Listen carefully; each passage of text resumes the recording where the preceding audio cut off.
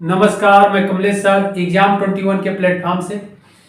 इस सेशन में हम लोग जैन धर्म के बारे में अध्ययन करेंगे, यानी जैन धर्म पर हम लोग स्टडी करेंगे। और इसके पहले हम लोग बौद्ध धर्म देख चुके हैं। तो जैन और बौद्ध धर्म दोनों नास्तिक संप्रदाय के अंतर्गत आते हैं। नास्तिक संप्रदाय से तात्पर्य है जो ईश्वर में विश्वास नहीं करते हैं, ओके। जबकि आस्तिक संप्रदाय से तात्पर्य है कि वे संप्रदाय के लोग जो ईश्वर में विश्वास करते थे। अब रह गई बात कि जैन धर्म और बौद्ध धर्म की ओरिजिन के पीछे रीजन क्या थे, कारण क्या थे कि यह नास्तिक धर्म में इनका विश्वास हुआ, यानी ईश्वर में और वेद में इनका विश्वास नहीं रहा। तो वैदिक धर्म जो आस्तिक धर्म के अंतर्गत आता है, तो वैदिक धर्म के अगेंस्ट यानी विरोध में जैन और बौद्ध धर्म का उदय हुआ या ओरिजिन हुआ।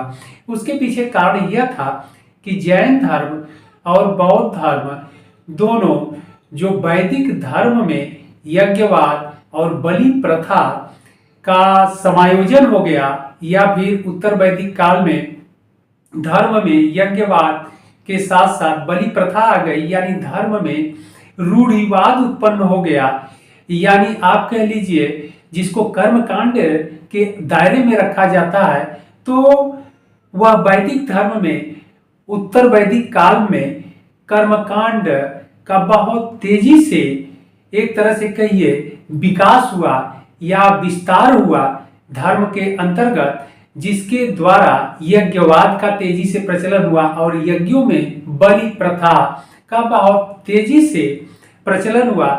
इसके अगेंस्ट में यानी बलि प्रथा और धर्म में कर्मकांड जो व्याप्त हुआ, यानी रिचुअल प्रोसेस जो प्रारंभ हुआ, उसका 6ठी शताब्दी ईसा पूर्व के आसपास, यानी 600 ईसा पूर्व के आसपास जो वैदिक काल का इंड होता है, यानी उत्तर वैदिक काल या आप कह लीजिए वैदिक काल जो समाप्त होता है, उसके बाद ही जो वैदिक धर्म में कर्मकांड आ गए थे या कर्मकांड का प्रवेश हो गया था, उसका विरोध प्रारंभ हो गया।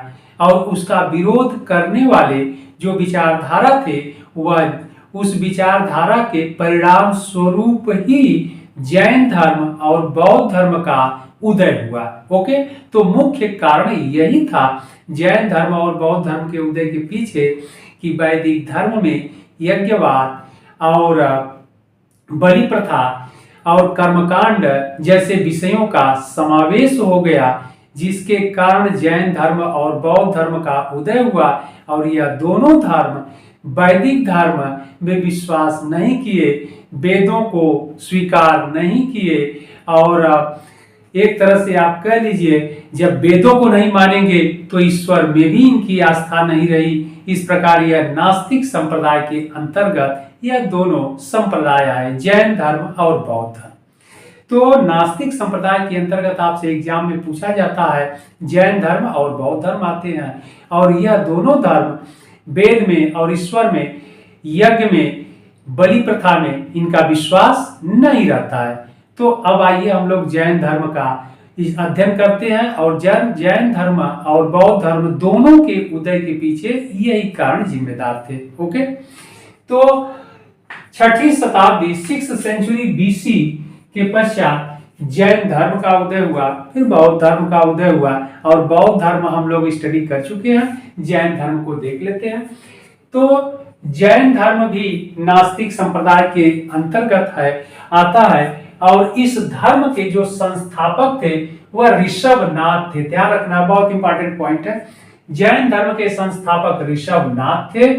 इस प्रकार जैन धर्म के संस्थापक जैन धर्म के संस्थापक ऋषभनाथ थे। ऋषभनाथ की ऐतिहासिकता या प्रमाण जो कहते हैं वह नहीं मिल पाते हैं, ओके। इस प्रकार जैन धर्म के यह पौराणिक तीर्थंकर है, और जैन धर्म में जो सन्यासी थे या सेंट थे, साधु जिसको आप कहते हैं, उन्हें तीर्थंकर कहते थे। इस प्रकार जैन धर्म के एक प्रथम तीर्थंकर थे, और प्रथम तीर्थंकर ऋषभनाथ थे, और जिनके द्वारा जैन धर्म के संस्थापक भी माने जाते हैं। ओके, माने जाते ही नहीं है, जैन धर्म के संस्थापक थे। इनका जन्म अयोध्या में हुआ था। अब अयोध्या में हुआ था तो यह पौराणिक ऐतिहासिकता इनकी नहीं मिलती है, इसलिए इनका जन्म कब हुआ समय के बारे में भी ज्ञान नहीं मिलता है, या समय के बारे में भी जानकारी नहीं है कि इनका जन्म किस ईस्वी में या ईसा पूर्व में हुआ। ओके, तो इनका जन्म अयोध्या में हुआ, और अयोध्या आप लोग जानते हैं कि भगवान श्री रामचंद्र जी की भी जन्मभूमि है। अगला पॉइंट है, यह इक्ष्वाकु वंश के थे, और इनका जन्म अयोध्या में हुआ, इक्ष्वाकु वंश के थे। अब यहाँ पर दोनों बातों में समानता है, इक्वलिटी है।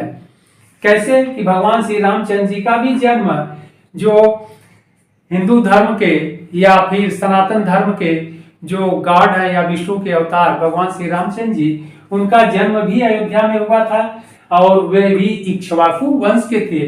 तो जैन धर्म के संस्थापक ऋषभनाथ का भी जन्म अयोध्या में हुआ था, यह भी इक्ष्वाकु वंश के थे। ओके, अयोध्या की भूमि पर हुआ था। उस समय समाज असभ्य और बर्बर था। जिस समय ऋषभनाथ थे या इनका जन्म हुआ, उस समय समाज सिविलाइज्ड नहीं था, यानी सभ्य समाज नहीं था, लोग असभ्य और बर्बर थे। ओके, अनसिविलाइज्ड थे।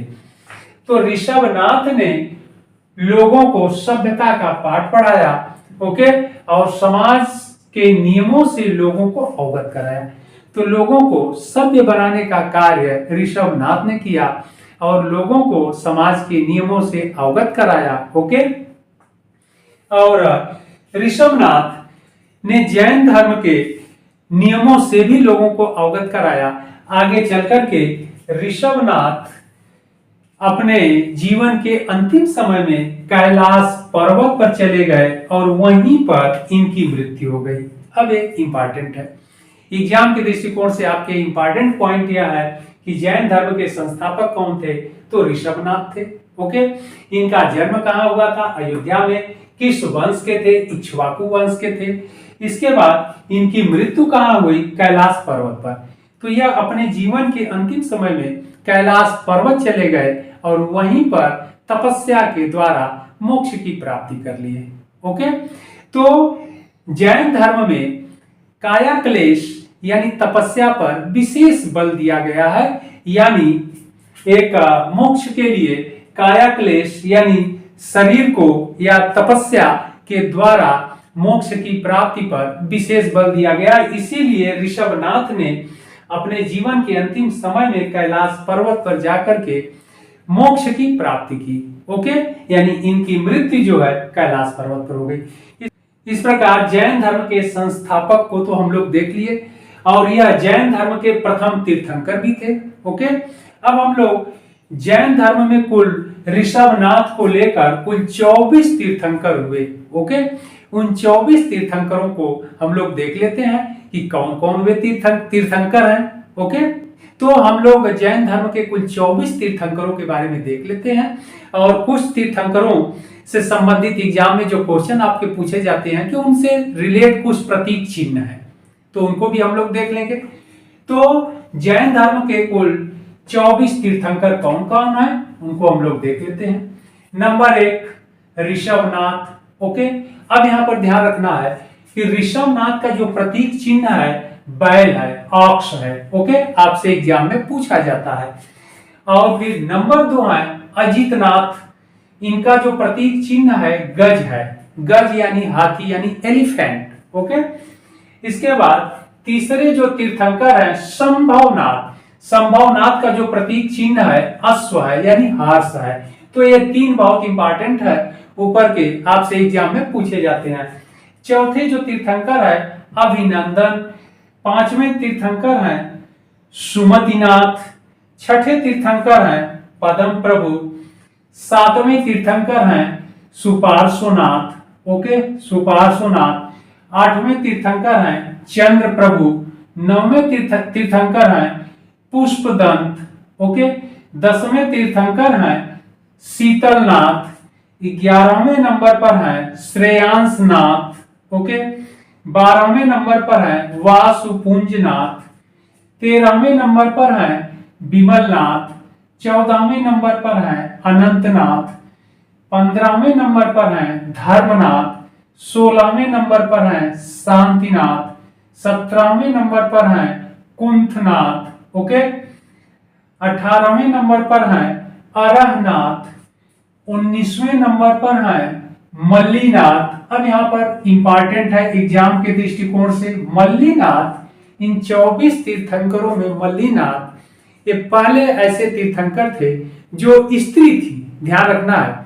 मल्लीनाथ 24 जैन तीर्थंकरों में पहले ऐसे तीर्थंकर थी या थे जो स्त्री थे, तो मल्लीनाथ स्त्री तीर्थंकर थी, तो यह पहली स्त्री तीर्थंकर जैन धर्म में थी, उनका नाम मल्लीनाथ। आपसे एग्जाम में हमेशा पूछा जाता है और इनका प्रतीक चिन्ह है, एग्जाम में पूछा भी गया है, कलश, ओके। तो कलश है यानी जार है। इसके बाद 20वें नंबर पर है मुनि सुब्रतनाथ, 21वें तीर्थंकर हैं नेमिनाथ, 22वें तीर्थंकर है अरिष्ट नेमी, 23वें तीर्थंकर हैं पार्श्वनाथ और इनका जो प्रतीक चिन्ह है सर्फ है, स्नेक, ओके। इसके बाद 24वें नंबर के हैं महावीर स्वामी, तो 24वें तीर्थंकर महावीर स्वामी हैं और इनका जो प्रतीक चिन्ह है सिंह है यानी लायन है।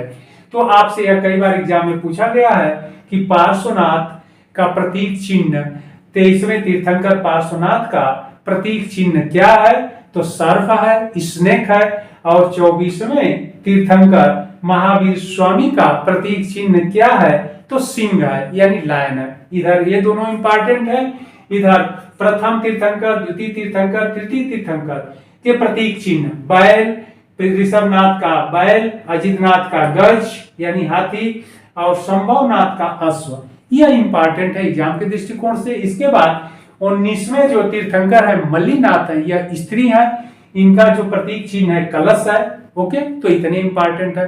अब यहाँ 2 पॉइंट और इंपॉर्टेंट है कि इसमें 23वें और 24वें जो तीर्थंकर हैं पार्श्वनाथ और महावीर स्वामी, यह ऐतिहासिक व्यक्ति हैं, यानी इनकी ऐतिहासिकता मिलती है। ऐतिहासिकता से तात्पर्य है कि इनका जन्म स्थान, ओके, मृत्यु स्थान, इनके माता, इनके पिता इत्यादि के पत्नी इत्यादि के बारे में जानकारी मिलती है, इसलिए यह दोनों ऐतिहासिक व्यक्ति हैं। यानी 23वें तीर्थंकर और 24वें तीर्थंकर ऐतिहासिक हैं, जबकि 1 से लेकर 22 तक के जो तीर्थंकर हैं यह पौराणिक हैं, जैन अनुश्रुतियों में इनका उल्लेख मिलता है, ओके। अब अगला पॉइंट एक और इंपॉर्टेंट है एग्जाम के दृष्टिकोण से, 22वें तीर्थंकर जो अरिष्ट नेमी थे, 22वें तीर्थंकर अरिष्ट नेमी, यह भगवान कृष्ण के समकालीन है यानी सखा है। कई बार एग्जाम में पूछा गया है कि भगवान कृष्ण के समकालीन कौन तीर्थंकर है, तो अरिष्ट नेमी, ओके। तो इस प्रकार यह 24 तीर्थंकर थे। आप लोग इन तीर्थंकरों को नोट कर लीजिएगा, एग्जाम के लिए बहुत इंपॉर्टेंट है। इसके बाद हम लोग पार्श्वनाथ और महावीर स्वामी को देखते हैं, ओके।